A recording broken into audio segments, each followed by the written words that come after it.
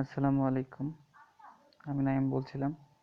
তো আপনাদের আজকে ভিডিও টিউটোরিয়ালের মাধ্যমে দেখাবো যে কিভাবে আপনি আপনার মাই নেটওয়ার্ক থেকে আপনি যেই ব্যক্তিগুলো জয়েনিং হয় সেই ব্যক্তিগুলোর নাম্বার খুব সহজে সেভ করতে পারবেন।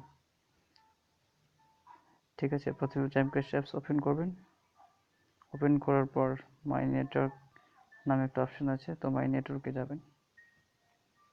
গিয়ে আপনি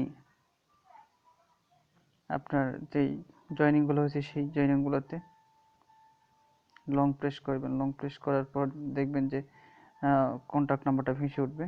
সেভে ক্লিক করবেন। সেভে ক্লিক করার পর নাম চাইবে, তো নাম লিখে আপনারা সেভ করে দেবেন। ঠিক আছে, তো এভাবে আপনার সকল কন্ট্যাক্ট সেভ করতে পারবেন।